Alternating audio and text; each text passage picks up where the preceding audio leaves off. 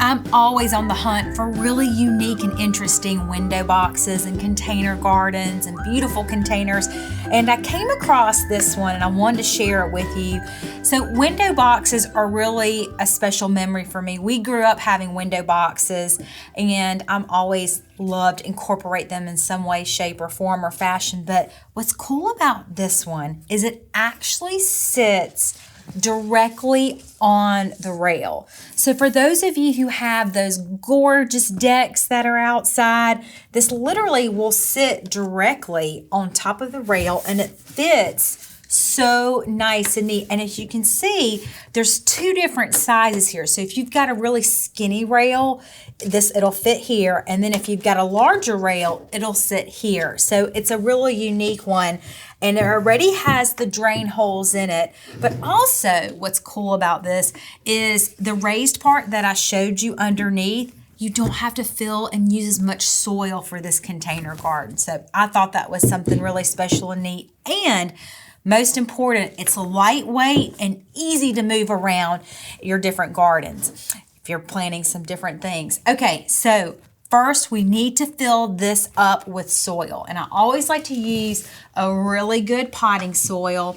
And some of the different plants that I'm using are hydrangeas and some gorgeous greenery. Now, you cannot resist these hydrangeas. They are in a lot of stores right now, whether it's the supermarket, whether it's your local garden center, and I just wanted to fill them up with this window box because I thought they would be really pretty. So I'm gonna start with the hydrangeas, and then I'm gonna layer in some beautiful maidenhair ferns, some fluffy ruffle ferns, and some gorgeous ivy. Now, this is something that's for the shade. I have a lot of clients who have balconies that are covered with shade, and so oftentimes I tend to do things that are for the sun, but I thought it'd be really good to share with you some of my favorites for the shade. So we're going to start with filling in the center with these beautiful luscious hydrangeas. And you always want to make sure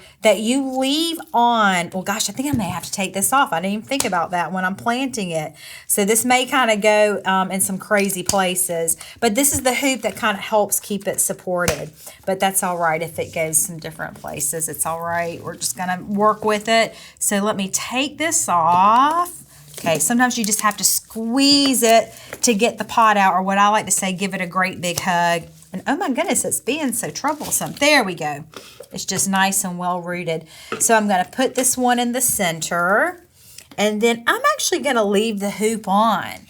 And that's that little tiny green thing that you see right here. And I'm just going to secure the bottom pieces of it just in the soil, because I think it'll help keep my hydrangeas from flopping all over the place. But it's okay if it does. They have so many different colors of hydrangeas out right now, but blue are my ultimate favorite. They're just so pretty this time of year. And these are actually florist quality hydrangeas. So you could use the hydrangeas that you plant in your yard if you wanted to. But I always like to say, go big or go home. So we're going to start off with some really big plant material. Okay, let me accent this one and put this right over here. So let me turn this around so you can actually see this as well. So what I've done is I've literally, instead of putting them in a straight line, I've staggered them. So I've got two towards the back and one towards the front. Okay, I'm going to turn this around some so I can finish stuffing and shoving the front of this container garden. Okay, we're going to add in some beautiful ferns. Let me kind of plop that one right there. And let me anchor. This is a lemon button fern, and it's just cute and petite, and it stays nice and small. So I really like to use it in a lot of my containers. Okay, next I'm going to layer in, this is rosy maidenhair fern.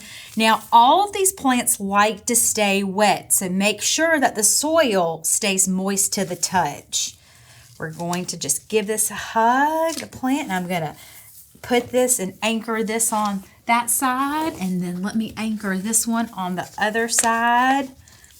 And one of my favorite colorways, of course, is green and white, and it just really accents the blue so nicely. Okay, I'm gonna layer in my ivy in between the two, and you'll see I'm just copying whatever I'm doing on one side. I'm making sure that I do it on the other.